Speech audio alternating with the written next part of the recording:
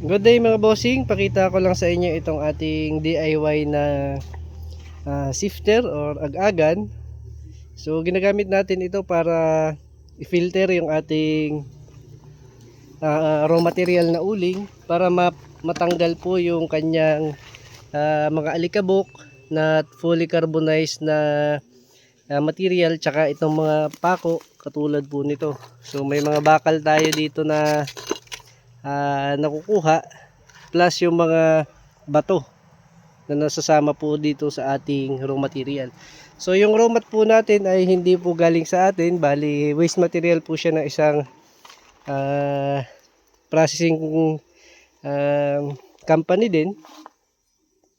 So yung raw mat na, yung waste material na uling na product po nung kanilang pagluluto ay dito po dinadala sa atin. So dati manual po yung ginagamit kong pag-aagag dito, kaya lang may mga nakakalusot. So ang nangyayari po ay na-damage po yung screen ng ating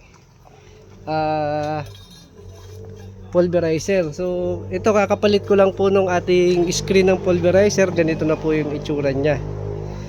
So yan, yung mga punit po na yan ay dahil po sa bato, mga pako na nakalusot dun sa ating manual filtering or manual filtration.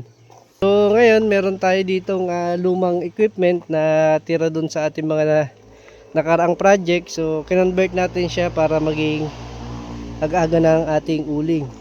So gamit natin dito mga bossing na motor ay itong MY 1016Z na gear motor.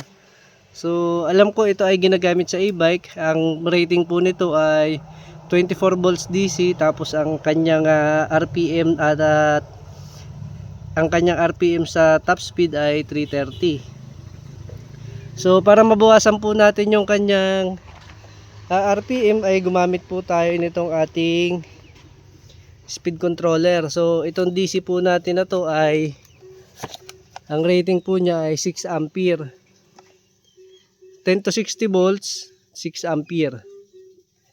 Ayan. Tapos meron po tayo ditong extra power supply na 24 volts, 20 amperes. So ito po yung ginagamit natin pag-regulate ng speed ng ating motor. So ang rated current nito mga bossing ay 13 amperes. Pero so far ay kinakaya naman itong ating 6 ampere na speed control. So tingnan na lang natin kung hanggang kailan tatagal itong item natin at alin ang unang masisira. And so wala akong mahanap na higher rating nito, kaya ang available lang po ay 6 ampere lang. So yun, tinesting ko, gumagana naman.